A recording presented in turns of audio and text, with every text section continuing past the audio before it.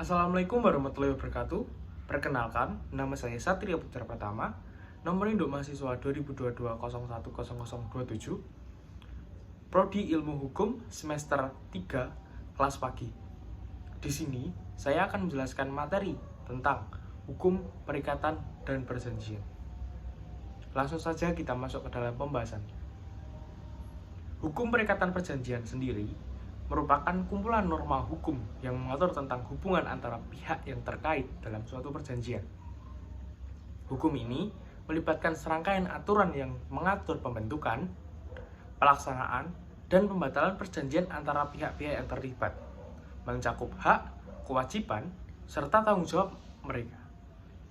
Di dalam hukum ini sendiri ada beberapa aspek, yaitu kapasitas hukum, kesepakatan antar pihak-pihak, objek perjanjian, serta akibat hukum yang timbul dari pelanggaran atau pemenuhan perjanjian.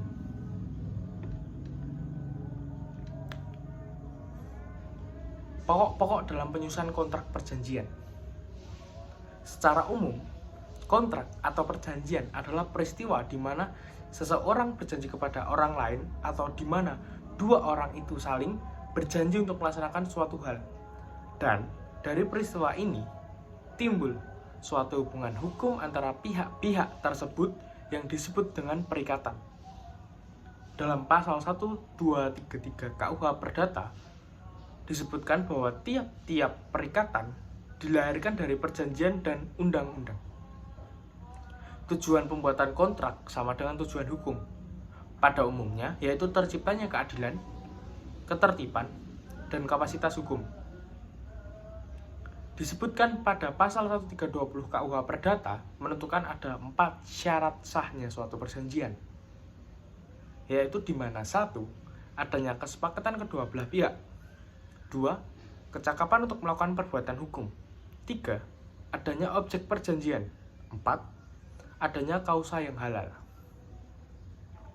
Beberapa asas atau prinsip umum yang terdapat pada hukum kontrak dan perjanjian, yaitu asas kebebasan berkontrak, asas konsensualisme, asas pacta sunt servanda, asas etikat baik, asas kepribadian, atau prinsip-prinsip lain yaitu asas kepercayaan, asas persamaan hukum, asas keseimbangan, asas kepatuhan, asas kepastian, dan asas perlindungan.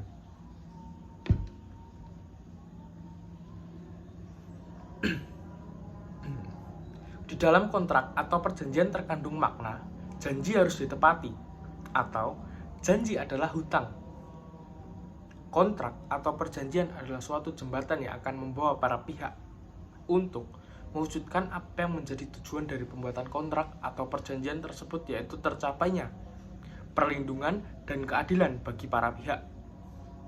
Pengertian perjanjian berdasarkan KUH Perdata pasal 1313 KUH Perdata, perjanjian adalah suatu perbuatan di mana satu orang atau lebih mengikatkan dirinya terhadap satu orang lain atau lebih. Pengertian kontrak dan hukum kontrak pada pasal 1313 KUH Perdata menyatakan bahwa perjanjian adalah suatu perbuatan dengan mana suatu orang atau lebih mengikatkan dirinya terhadap satu orang lain atau lebih. KUH Perdata. Unsur-unsur yang tercantum dalam hukum perjanjian adalah adanya kaidah hukum, subjek hukum, adanya prestasi, kata sepakat, dan akibat hukum. Berdasarkan rumusan pengertian perjanjian yang telah dikemukakan di atas, dapat disimpulkan bahwa perjanjian itu terdiri dari 1. Ada pihak-pihak, 2. Ada persetujuan antara pihak, 3. Ada prestasi yang dilaksanakan, 4. Ada bentuk tertentu, lisan ataupun tulisan, 4. Ada tujuan yang hendak dicapai.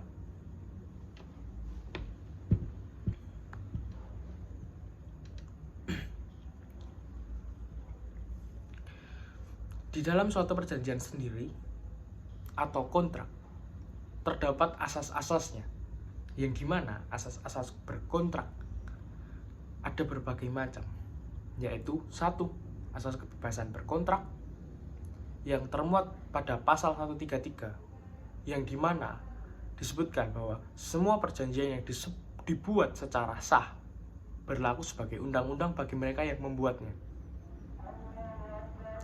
2. Asas konsensualisme disebutkan pada pasal 1320 dan 1338 KUH Perdata, atau bisa dibilang kata sepakat para pihak. 3. Asas mengikat suatu perjanjian, atau yang sering kita sebut Pacta Sunt Servanda, pasal 1338 ayat 1, yaitu semua perjanjian yang dibuat secara sah berlaku sebagai undang-undang bagi mereka yang membuatnya. Lalu keempat, asas itikat baik, pasal 1338 ayat 3 KUH Perdata, di mana disebutkan bahwa di situ bahwa perjanjian harus dilaksanakan dengan itikat baik. 5. Asas kepribadian atau personalitas. Badan Pembinaan Hukum Nasional Departemen Kehakiman tanggal 17 hingga 19 Desember 1985 memberikan 8 asas hukum perikatan nasional, seperti apa yang sudah disampaikan di slide sebelumnya, bahwa asas kepercayaan, asas persamaan hukum, asas keseimbangan, asas kepastian hukum, asas moral, asas kepatutan, asas kebiasaan, dan asas perlindungan atau protection. Disebutkan bahwa syarat sah suatu perjanjian pada pasal 1320 KUH Perdata menentukan 4 syarat sahnya, yaitu adanya kesepakatan kedua belah pihak, kecakapan untuk melakukan perbuatan hukum, dan adanya objek perjanjian. Di dalam berbagai literatur disebutkan bahwa yang menjadi objek perjanjian adalah prestasi atau pokok perjanjian. Prestasi terdiri dari 1. Memberikan sesuatu, 2. Berbuat sesuatu, 3. Tidak berbuat sesuatu, diatur pada pasal 1234 KUH Perdata, 4. Adanya klausa yang halal. Syarat pertama dan syarat kedua disebut sebagai syarat subjektif karena menyangkut pihak-pihak yang mengadakan perjanjian. Syarat ketiga dan keempat disebut syarat objektif karena menyangkut objek dari perjanjian itu. Apabila syarat pertama dan syarat kedua tidak terpenuhi, maka perjanjian dapat dibatalkan.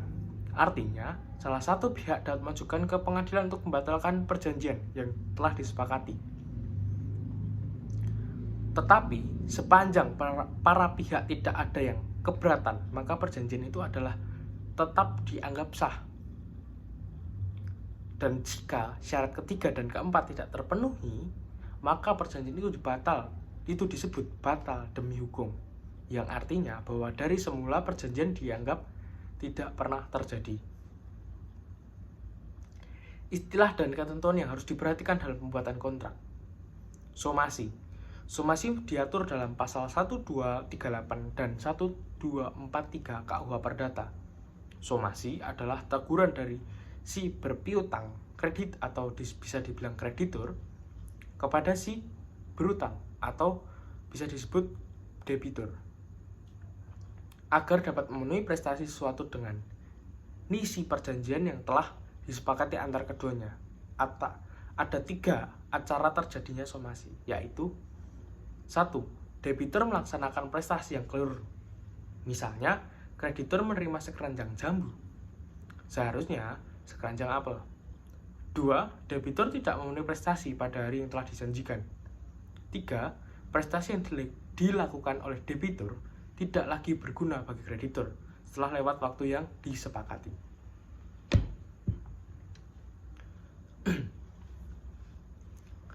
Prestasi merupakan hal yang harus dilaksanakan dalam suatu perikatan.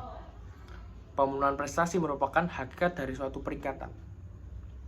Lalu, wan prestasi adalah lawan dari prestasi tersebut, atau yang sering biasa kita pahami adalah tidak dipenuhinya prestasi atau kewajiban yang telah ditetapkan terhadap pihak-pihak tertentu di dalam suatu perikatan, baik perikatan yang dilahirkan dari suatu perjanjian ataupun perikatan yang timbul karena undang-undang. Ganti rugi. Ada 2 sebab timbulnya ganti rugi, yaitu ganti rugi karena wan prestasi atau tidak memenuhinya kewajiban tersebut, tidak memenuhi kewajiban, dan perbuatan melawan hukum. Ganti rugi karena wan prestasi dalam buku 3 KUH Perdata. Sedangkan ganti rugi dalam perbuatan melawan hukum diatur dalam 1356 KUH Perdata. Keadaan memaksa adalah suatu keadaan di mana debitur tidak dapat melakukan prestasi kepada kreditur yang disebabkan adanya kejadian yang berada di luar kekuasaannya. Misalnya karena adanya gempa bumi, banjir bandang, lahar, dan lain-lain. Penyelesaian melalui pengadilan adalah suatu pola penyelesaian sengketa yang terjadi antara pihak yang diselesaikan oleh pengadilan. Putusannya bersifat mengikat, sedangkan penyelesaian sengketa melalui alternatif penyelesaian sengketa atau ADR adalah lembaga penyelesaian sengketa atau beda pendapat melalui prosedur yang disepakati para pihak, yakni penyelesaian di luar pengadilan dengan cara konsultasi, negosiasi, mediasi, konsiliasi, atau penilaian ahli. Bentuk-bentuk penyelesaian antara lain: pertama, litigasi merupakan suatu proses gugatan, suatu sengketa diritualisasikan yang menggantikan sengketa sesungguhnya, yaitu para pihak dengan memberikan pada seseorang pengambil keputusan dua pilihan yang bertentangan. 2. Arbitrase. Arbitrase adalah penyelesaian sengketa perdata di luar dari peradilan umum. Yang 3. Mediasi. Mediasi adalah melibatkan para pihak ketiga atau pihak netral, mediator, yang membantu pihak yang berselisih untuk mencapai kata kesepakatan.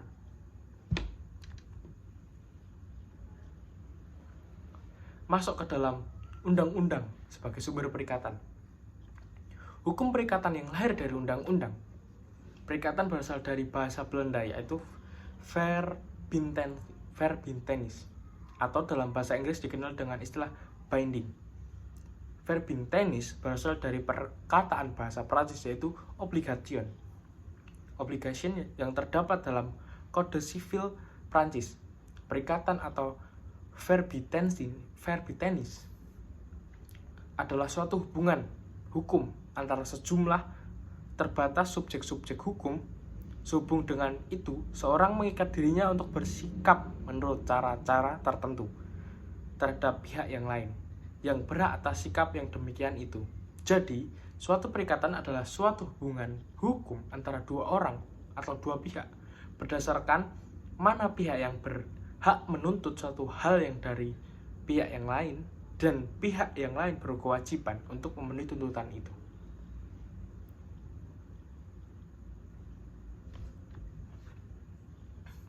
Sumber perikatan sendiri ada dua. Satu, perikatan yang lahir dari persetujuan atau perjanjian. Kedua, perikatan yang lahir dari undang-undang perjanjian. Perjanjian dalam bab kedua buku 3 KUH Perdata. Perjanjian itu merupakan awal terjadinya kesepakatan, sepakat sesuai dengan ketentuan yang telah disepakati oleh kedua belah pihak untuk membuat perjanjian. Disepakati pihak yang satu juga dikehendaki oleh pihak yang lain, meskipun tidak bertujuan sama, tetapi timbul timbal baliknya. 2. Perikatan yang lahir karena undang-undang. Misalnya, undang-undang meletakkan kewajiban kepada orang tua dan anak untuk memberi nafkah. Begitu juga antara pemilik pekarangan yang bertetangga, berlaku beberapa hak dan kewajiban berdasarkan ketentuan undang-undang. Pasal 625 junto pasal 626 KUH Perdata yang diperbolehkan dari undang-undang itu disebut hak alimentas. Pasal 104 KUH Perdata tentang perkawinan suami istri dengan mengikat diri dalam suatu perkawinan. Dan hanya itu pun, terikatlah mereka dalam suatu perjanjian bertimbal balik akan memelihara dan mendidik sekali anak mereka. 2. Pasal 625 KUH Perdata tentang perkara antara pemilik-pemilik pekarangan yang satu sama lain bertetanggaan adalah pelaku beberapa hak dan kewajiban, baik yang berpangkal pada letak pekarangan mereka karena alam maupun yang berdasarkan atas ketentuan undang-undang. Perikatan yang lahir dari undang-undang ialah perikatan yang timbul berdasarkan hukum kekeluargaan yang diatur dalam buku 1 KUH Perdata tentang orang. Ketentuan perikatan yang lahir dari undang-undang. Hak alimentasi adalah suatu hak yang dapat dilakukan kepada pihak lawan karena undang-undangnya yang menetapkan hak tersebut. Misalnya, hak yang diajukan oleh orang tua kepada anaknya yang mampu dan hak yang diajukan oleh orang anak kepada orang tua yang diatur pada pasal 298 KUH Perdata yang menyatakan bahwa tiap-tiap anak dalam umur berapapun juga berwajib menaruh kehormatan dan kesegaran terhadap bapak ibunya. Si bapak dan si ibu keduanya berwajib memelihara dan mendidik sekalian anak mereka yang belum dewasa. Kehilangan hak untuk memangku kekuasaan orang tua atau untuk menjadi wali tak membebaskan mereka dari kewajiban memberikan tunjangan-tunjangan dalam keseimbangan dan pendapatan mereka guna membiayai pemeliharaan dan pendidikan. B. Hukum tetangga, hak dan kewajiban pihak-pihak bertetangga diatur oleh undang-undang. Di antara lain disebutkan dalam pasal 625 KUH Perdata yang berbunyi, antara pemilik-pemilik pekarangan yang satu sama lain bertentangan adalah berlaku beberapa hak dan kewajiban yang berpangkat pada letak perkarangan mereka karena alam maupun berdasarkan atas ketentuan-ketentuan undang-undang.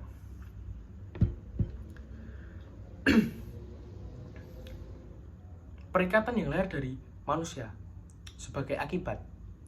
1. Perbuatan yang sah menurut hukum sebagai disebut dalam ketentuan pasal 1354 KUH Perdata bahwa jika seseorang dengan sukarela tanpa ditugasi mewakili urusan orang lain tanpa setahu orang itu, maka ia secara diam-diam mengikat dirinya untuk meneruskan serta menyelesaikan urusan itu hingga orang yang ia wakili kepentingannya dapat mengerjakan itu sendiri. 2. Perbuatan yang melawan hukum sebagaimana diatur dalam ketentuan pasal 1365 KUH Perdata disebutkan bahwa tiap perbuatan yang melanggar hukum dan membawa kerugian pada orang lain mewajibkan orang yang menimbulkan kerugian itu karena kesalahan untuk mengganti kerugian tersebut.